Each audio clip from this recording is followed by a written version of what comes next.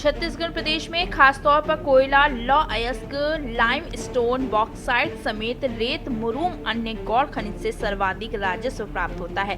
राज्य ने इसके पहले 2022-23 में खनिजों से 12,941 करोड़ रुपए का राजस्व अर्जित किया था, जिसमें कांकेर जिले ने कुल 286 करोड़ रुपए का सरकार को राजस्व अर्जित कर फायदा पहुंचाया था। लेकिन अब ऐसा लगता है कि इस वर्ष सरकार को भारी नुकसान उठाना पड़ सकता है।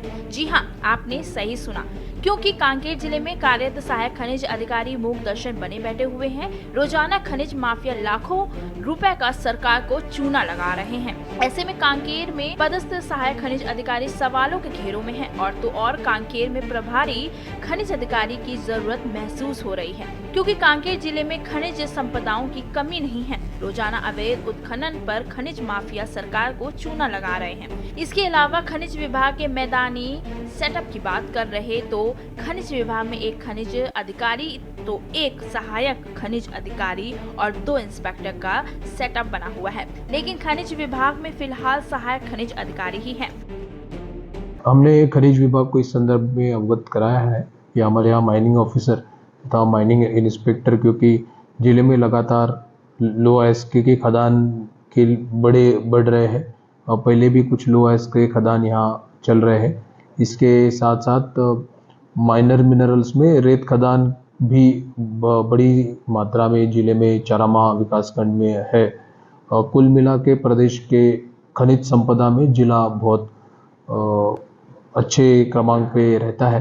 तो यहाँ पे जो खनिज विभाग के मैदानी अधिकारियों की नियुक्ति के हेतु हमने उच्च विभाग को अवगत करा दिया।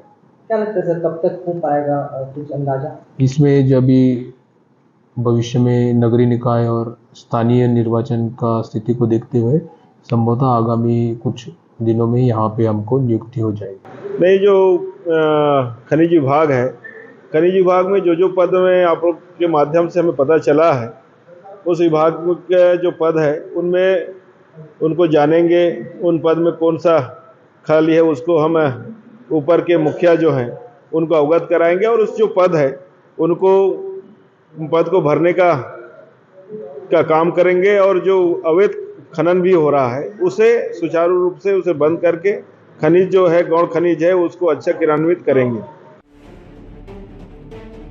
आपको बता दें कि 6 महीने पहले इंस्पेक्टर के तबादले के बाद अब तक कांकेर जिले में इंस्पेक्टर की नियुक्ति नहीं की गई है। ऐसे में सवाल खड़े हो रहे हैं कि सहायक खनिज अधिकारी अकेले सरकार द्वारा दिए गए टारगेट को कैसे वसूल कर सकेंगे।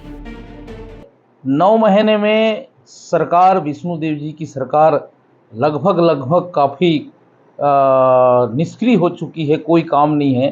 कांकेर जिले के ही हम बात करें, यहाँ 282 करोड़ रुपया जो 2022-23 में, इस साल कम से कम 300 का लगभग का टारगेट है। इतना पैसा सरकार को यहाँ से जाता है, फिर भी यहाँ माइनिंग विभाग में कोई जिम्मेदार अफसर नहीं है, यहाँ जो असिस्टेंट के रूप में काम कर रहे हैं, जिससे क्या है, रेत माफिया हो या और भी खनिज माफिया हैं, वो काफ़ी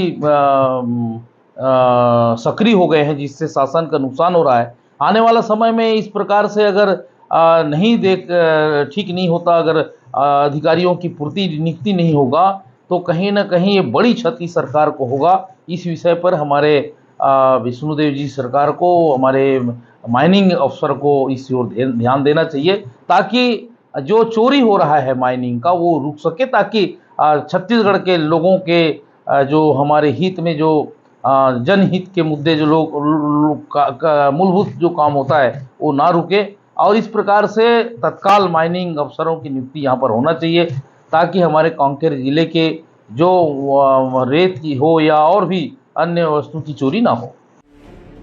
आपको बता दें कि लगातार हो रहे अवैध उत्खनन पर सीमित स्टाफ वाला खनिज विभाग लगाम कैसे लगा पाएंगे। अब देखना ये होगा कि कब तक खनिज इंस्पेक्टर की नियुक्ति और कांकेर को प्रभारी खनिज अधिकारी मिल पाता है।